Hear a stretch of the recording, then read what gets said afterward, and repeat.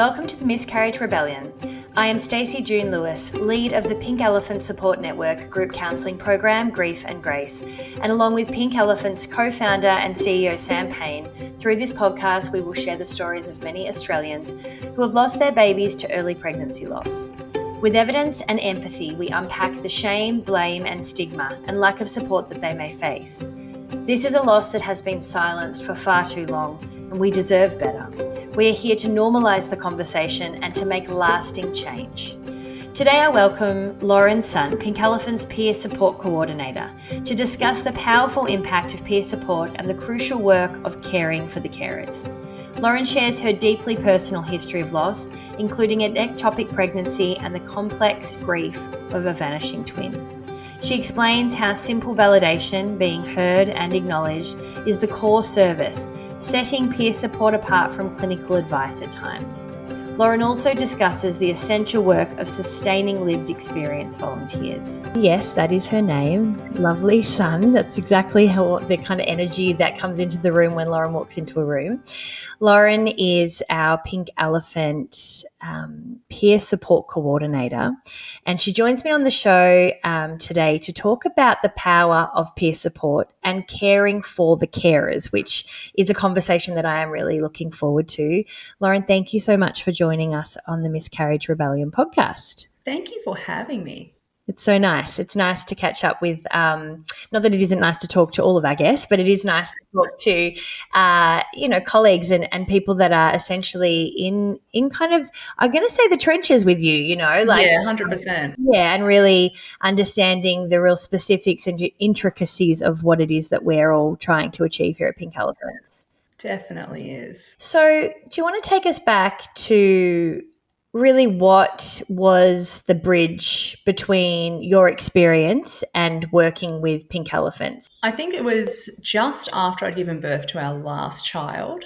I believe I was just on Facebook. It was like mid-COVID, you were doing your COVID things and you were on social media 24 hours a day. And an ad for Pink Elephants popped up and I thought, that's something nice and positive I could give back from my experiences. So I just sent through, I think they were actually looking for peer support people at the time. So I just thought, I'll put my expression of interest in. And then I was contacted and here I am. So what was the timeline between when you say your experiences, and I'd like to hear more about that if you are willing to share. Definitely. What was the timeline between those said experiences and that ad coming up? I think, my last loss was nearly 10 years ago now. So it would have been 5 years. Hang on, let me start again. It would have been, my last loss is now 10 years ago. So it would have been probably 4 to 5 years after my last loss that the ad popped up. And I just had a baby and I knew our family was complete. So I think that was a time where I felt like I was healed enough that I could reach out and help other people. Okay.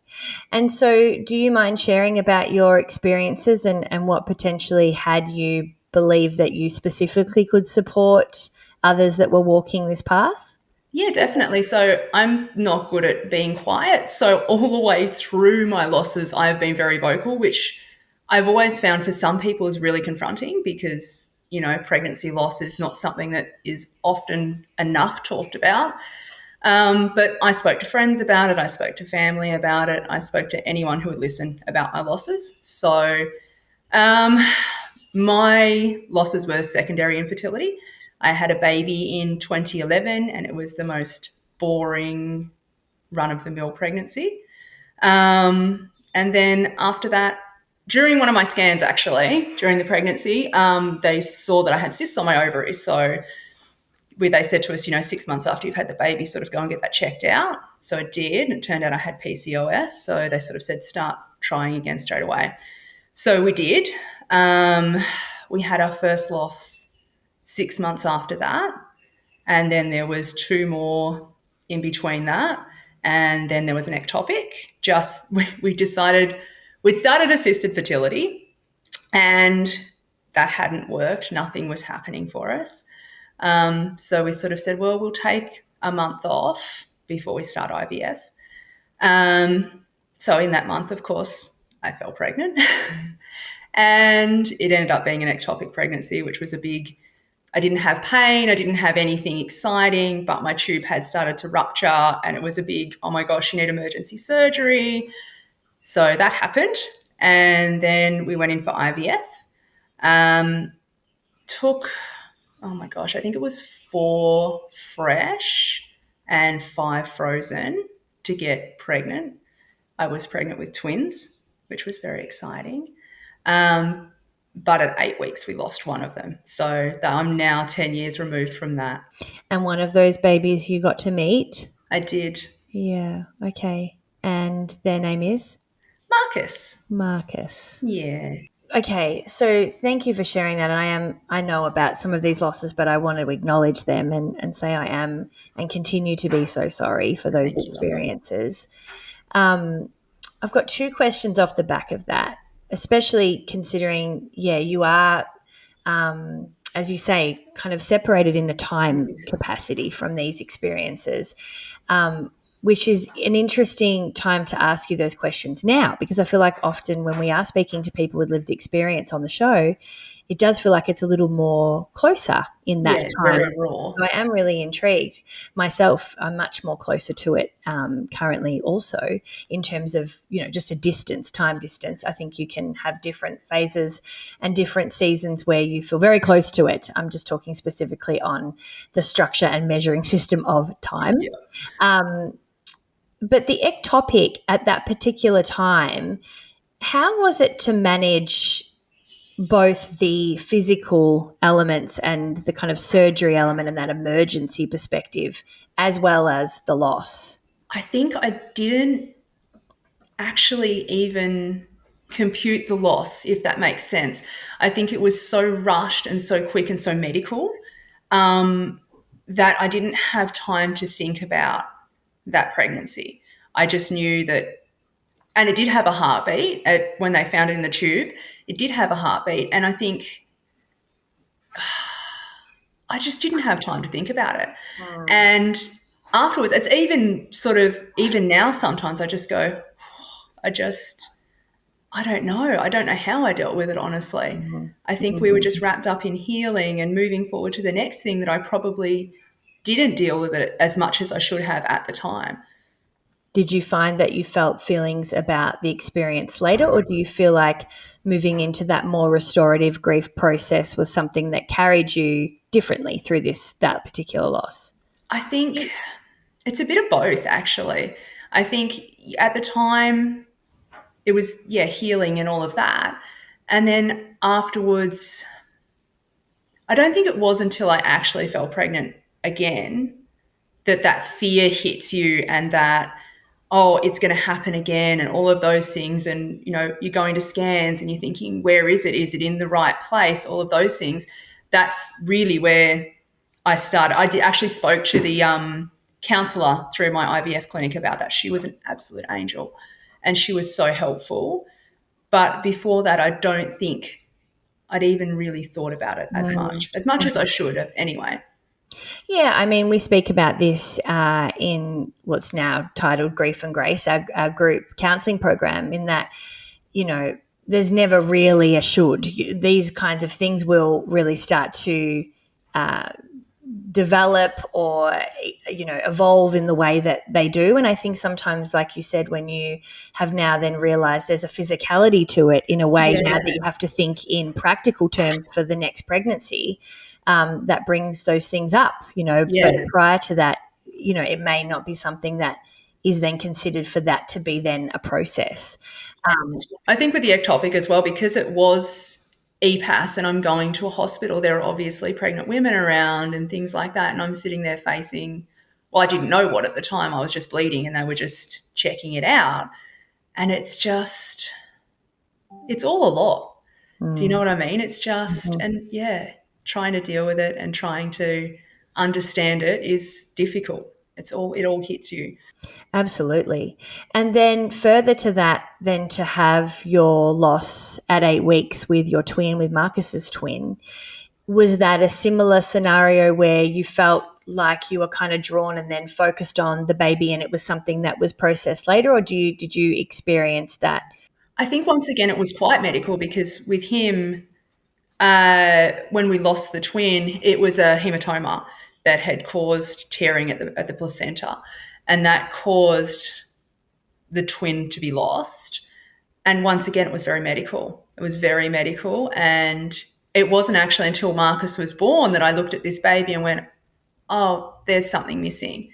And I think even now, I will look at him and go, "Oh, there's something missing." He's just, yeah, you are missing from me. There's a saying that's you are missing from me, not I miss you. And that's how I feel about him. I feel like his twin is missing from him, and you can just feel it sometimes.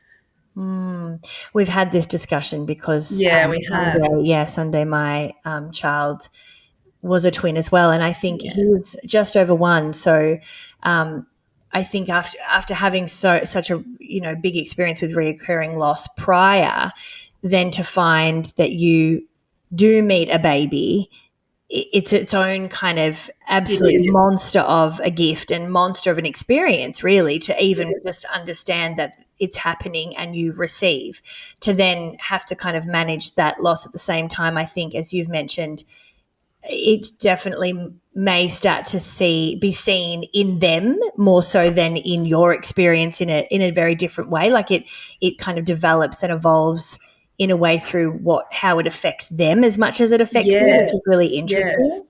Yeah, I feel like it's not so much. I mean, I'm sad for me, but I'm sad for him at Mm. the same time, and it's a strange feeling. Yeah, yeah. It's so, you've said it so poignantly because it's such a complex and quite layered, but beautifully layered particular discussion, because I really don't think that, I mean, it's called the vanishing twin, right? So Yeah. literally the language suggests that it vanishes. And I think the language also then, as we know, encourages the way that people deal with it and the way that people discuss it, which means that there is no discussion. Yeah. It literally vanishes. No one's ever mentioned that twin to me ever again. Oh, that amazes me actually. I think I'm very he doesn't know he was a twin. I think at 9 he's not ready to know he was a twin.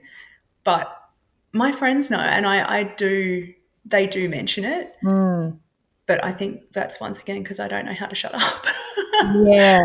And also sounds like wonderful friends. I think, Yeah, that's true. That's true. yeah. And I believe that we can have wonderful friends that don't know how to have this Yeah, conversation, which is exactly why we're sitting here having it right now. exactly. So you find this ad, you've been through those experiences, and you get accepted to join the team. What is the first experience that you have in peer support coordination? What was the very first chat, and how was that for you, sitting in a very different seat, even though that lived experience is very real? I know from my own experience, it's a completely different process and processing that you go Yeah. through. Yeah, I remember being terrified because I thought, oh yeah, I can do this. It would be lovely. And then I was accepted, and then I'm sitting there going, oh no, what if I say the wrong thing? What if I'm not the right person for this person to talk to? And I do actually remember my first chat. She just wanted to talk. Mm, She just wanted to say the words out loud and have someone hear her mm, and say to her, I'm really sorry. And that's awful. That's all she wanted. mm. And I then realized that's all I wanted. I just wanted someone to hear me and say, that sucks. I'm so sorry. And that's all it was. And it was wonderful. That was really empowering to feel like, oh, it's just that simple. It's just as simple as you just want to be heard. It's quite beautiful, actually, when you place it like that. And Yeah. I think acknowledgement, the power that very simple things have, mean that we can really water them down to not be as effective in terms of a therapeutic approach and Yeah. a supportive approach. So, on that, peer support continues to be exactly what? How would you describe the service that you help run? We are just there to hear you. We're just there to tell you it will be okay. It might not be okay right now. It might not be okay in a month. It might not be okay in 6 months, but it will be okay. We've been there and we've lived a similar experience to you. And we're just here for you. We're here to hear you. And what do you think is very unique about the peer support program that may differ from other supports? So, even obviously, I see the benefit of our breakout rooms and the importance of peer support in our group therapy program, but it does offer different things. You know, there is an element of psychoeducation and a little more of a conversation around what's actually happening from a clinical perspective, Yeah. which we really try and avoid. I mean, if you've met me, there's not a lot of clinically, not a lot of clinically presenting about me, but there are clinical aspects to the Of course. program. Yeah. How would you describe that peer support differs and therefore offers something special and unique? I think often it's very medical or very, as you said, it's all jargon. It's all, you know, I can offer you a medical opinion or a clinical opinion on this, and this is what I think you should do. This is what I think you can do. Whereas I'm just here to tell you it's okay. It's okay to feel that way. It's okay to, um, I'm there to validate you basically. And I think that's the difference is I'm not going to give you advice. I'm not going to tell you how you should handle it. I'm just here to listen and I'm just here to sit with you. I know the work, right? But when I hear that, I have to share that my body inhaled and exhaled. Like it responded That's nice to somatically. know. Yeah, Yeah. because in that very simplicity is a relief for a woman that Yeah. goes through this. And then there are steps to take after that, you know. So I would say that what you're describing potentially for some is more of an acute situation. So someone has perhaps just found out or found a space where they are experiencing pain for the first time. It doesn't have Yeah. to just happen physically, but often we can put things off, or medically we're processing different things. Do you find that people come in and present acute, as in, and what I mean by acute is it's quite raw and Yeah. it's, you know, the pain is pressing. It's kind of more urgent, if for a case of a better word, but potentially the actual loss could be across a lot of, like, a bigger time frame. Like, when I say acute, what do you see in front of you as an acute symptom or an acute presentation? Often we will see people either right after the loss, like I'm literally home from Yeah. hospital and I've just had a D&C, or sometimes it's around anniversaries, it's around times like that where it's about emotion. It's not about, I don't need a clinical opinion. I just need to say to you how sad I feel. I just want to talk to you about what got you through. How did you deal with anniversaries? How did you deal with coming home from hospital without a baby? All of those things. Yeah, I think you'll see, like, you'll go to a therapist, you'll talk to your therapist weekly, and your therapist will say, I've got homework for you. I want you to do this. I want you to do that. Some. Some. And we're just, yeah, we are frontline. We do see the saddest of the sad, and it's just people want to talk. They just want to talk. I just want someone to tell me. And obviously, sometimes it is, I think you should speak to a counsellor. I think you do need extra support. But I'm here to listen to you now, and here's your extra support resources. Yeah. And I think the reason I use the word acute is not to flex from a clinical perspective. It's to ensure that we start redefining what acute looks like from an Yeah, emotional no, I perspective. agree actually. Yeah, because I think we present acute and use that word as if physically it's just happened, but it is Yeah. okay to present if your emotions are acute and you Yeah. may have had a loss 12 months ago, Yep. and now all of a sudden it has hit you like a ton of bricks. Yep. That to me is also, as a person that specializes in the mental and the emotional element of this, that is an acute expectation of how It this is, because is. it shows us that it can happen and come on in very different ways at very different seasons. Can you give us a bit of a example of just how different people can look like? I know you gave us a little bit of an example of when people might present, but how people show up with their emotions. So example A would be someone shows up and presents in this way emotionally, and then another person presents this way, just to give us the spectrum of the people in front of you and how they deal with things emotionally differently?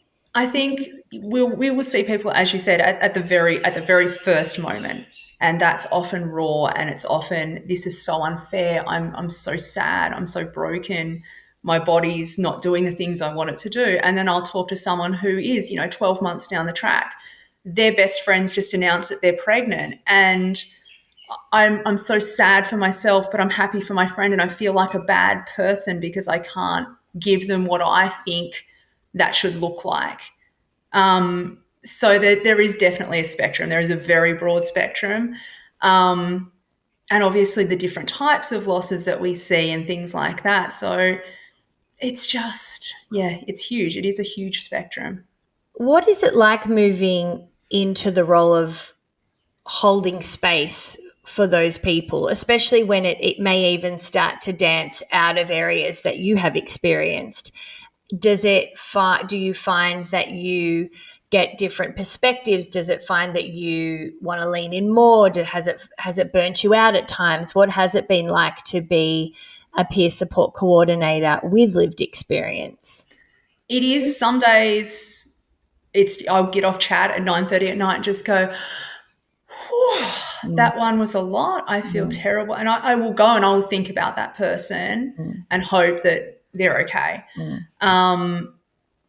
It's even in my fellow not coordinators, peer support companions, there is a vast lived experience of things. So oftentimes we can pass, if someone else is on chat that you need to talk to someone who's been through a TFMR, I haven't.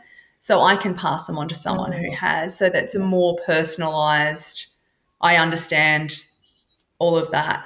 I've actually learned so many things about different types of loss through this work that I wasn't aware of.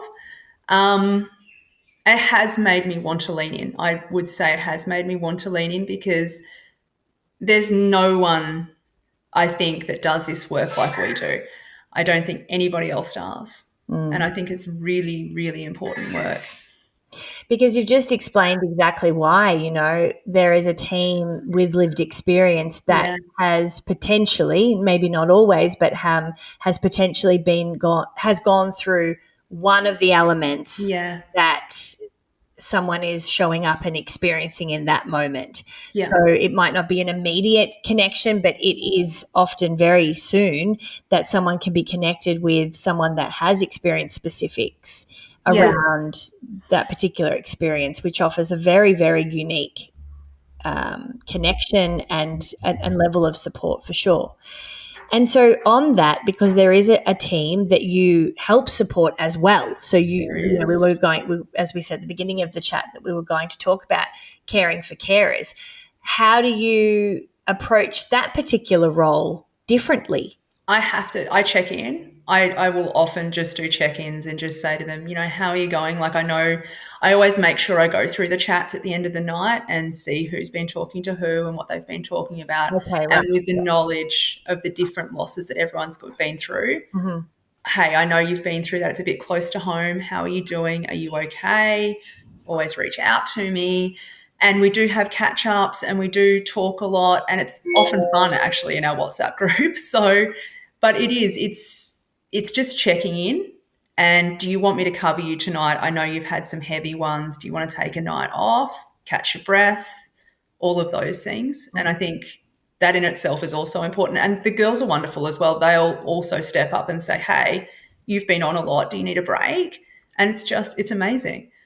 Yeah. So in essence, you're getting support from each other by supporting, which you may not have had that connection and that community if you weren't there supporting others in the first place. Yeah, 100%. 100%. And they are amazing women. I'm so in awe of all of them. I mean, I know all of this, but it's so nice to hear it. It's like I'm hearing it for the first time, but it just continues to, reinstate the cause and the purpose, right? Yeah, 100%. And I think the whole of Pink Elephants, all of us are just such an amazing group of women with so many different experiences. And being able to give back like this is, I always say it gives my losses meaning. It gives all those little angels that I have that float around, that's what they were for. They were here so that I could be there to support someone else, and that means a lot to me to be able to do that. Yeah, it's an incredible thing, and I think it's incredible what you do and what you all do. As you say, it is frontline work. It is Yeah. really frontline work. So, to talk a little more about grief specifically, it has been a period of time where you now have children, you work in this space, and you look at it from a different lens, I'm sure, or at least a different position. Yeah. Tell us about how that has evolved with you, come up, gone down, turned around. What has been the relationship with your grief since those experiences happened, or the wording that we've used today were more acute compared to now and the journey in between? I think I started out quite afraid of grief. It was a negative, like you don't want to go through these terrible feelings. You don't want to be that person in the room saying, I feel so sad, I'm such a downer. And I would avoid that at all costs. I didn't talk about these things as often as, well, not as in a way that was healing for me. It was, oh yeah, I've had that, but that's fine. Don't worry about it. Um, I started out, yeah, I was afraid of grief. I didn't want to be sad. I didn't want, and I've grown now to the point where I think, no, grief is not scary. Grief is a part of life. And I always say that some days it's huge and you need help carrying it. So you reach out to people and you say, hey, having a bad day. Can we talk? Can I, whatever, come and catch up with me for a coffee. Most of the time, my grief is tiny and it fits in my pocket now, and I just take it with me. And occasionally it struggles and it gets out of my pocket and it is in my face. And then other times it's just tucked away nicely. Yeah, anniversaries are still hard. There are still days where I'm like, and like I said, my son, I look at him and I think there's just one missing. There really is. And it's not that the other four aren't missing, but I think particularly because I can see him, yeah, there should have been two. And if someone is in, say, let's because usually I would go to ask the question of if someone's experience right now, but let's use that. If someone's, say, 5 years down the track and something comes up and it's almost surprising to them It that is, it yeah. doesn't come up in their face, how would you now, knowing that you avoided grief for a period of time, how would you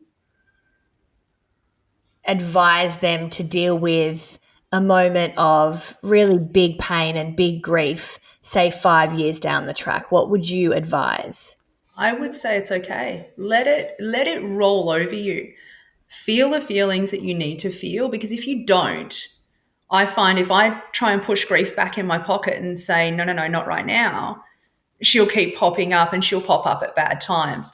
If I let myself have that day where I'm sad, I'm on the couch, I'm watching terrible shows on Netflix, I'm eating all the bad foods, and I'm just feeling sad, I allow it to be, I'm okay. I'll move past it. Sometimes grief just wants to show up, just wants to be heard, just like you wanted to be heard at the time. And when you said early on that, grief was something you weren't really looking to meet or you No, were kind of trying to avoid, how did you know, where was the moment where you realized you weren't? Because I think I think it sometimes actually, we have the honestly, language in our yeah, community and people that come through our door and use our resources, speak to someone like yourself, come to our group therapy program. Sure, they've now got language. But if you aren't a person that has connected with us yet, or you're a person out there that's hearing something like this for the first time, how do you even know that you were missing your grief? How do you even know that it was grief? I think it's the grief is the feeling in the pit of your stomach that's just tugging. It's just chugging. It's just there. It's nagging you. It's just there tapping. Can you pay attention to me? Please listen. I just want to be heard for a little while. And I think it's not always huge. It's not always bursting into tears on the train. It's not always a big outburst of emotion. Sometimes it's just that little tap in your stomach, that little please listen to me. And I think honestly, I probably didn't realize until I started working here, until I started helping other people, that I went, I ignored grief for so long. I just ignored it. I just pushed it down.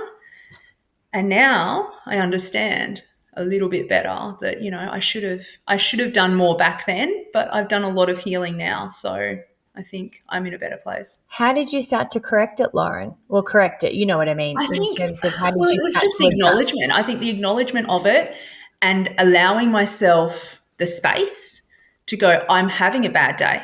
I don't want to adult today. I just want to have a moment to feel sad about those things. And I think the correction was to be able to say, I'm having a shit day. I'm having a bad day. And yeah, just acknowledgement. That's all it was for me, was to be able to, because you keep going, well, positive vibes only, we're going to have a beautiful day all the time. No one can be sad ever. And I think also the realization that I have a 14-year-old now, so we have a lot of emotions in my house. And for her to be able to look at me and go, Mum has a bad day. I can have a bad day and not have it be a bad month, a bad year, a bad life. It's okay to just feel sad some days. Yeah, it is. So it sounds like really it was more cathartic by joining because you were able to give yourself what you were giving others. Yeah, 100%. That's exactly right. That's incredible, Lauren. We're so lucky to have you. Everyone is lucky to have you. Oh, we're lucky to have you as well. And I think to wrap up our conversation, if there was one thing that you felt like a woman going through this experience could receive, what would it be? I think it's just to allow yourself to feel what you feel and know that it's okay. It's actually fine. It's okay to have a sad day. It's okay to have a sad week. You don't have to rush back to work. You don't have to push yourself back into life and ignore all of this. It's okay to feel it. It's okay, and don't be afraid of grief. Just don't. It's a part of life, and it's a part of how we grow as humans, is to feel sad when it's sad. Yeah, I think it's a really important piece, and we talk about it a lot in our program around society's relationship with grief and the way that we have 100%. processed feelings that are uncomfortable. A lot of the elements of onset grief or, further kind of extended mental and emotional distress are often from the sheer lack of information and knowledge to actually deal with it. Yeah. And so it's really poignant that you say this, is that really, again, quite simply, that we have capacity, space, and permission to just feel what it is we're feeling. That is exactly right. Yeah. Yeah. Thank you very, very much for your time. It was so lovely so to chat welcome, about all of Stacey. this stuff. And if you do feel like this is a service that would be of use to you, you can find some information in our show notes to find out where you can contact someone like Lauren or our incredible team. Thank you. Today's episode may have brought up some feelings that you need some extra support around, and that's totally okay. Head to pinkelephants.org.au to access our circle of support, your space where you can be met with empathy and support through all of your experiences of early pregnancy loss. We're here for you. You're not alone.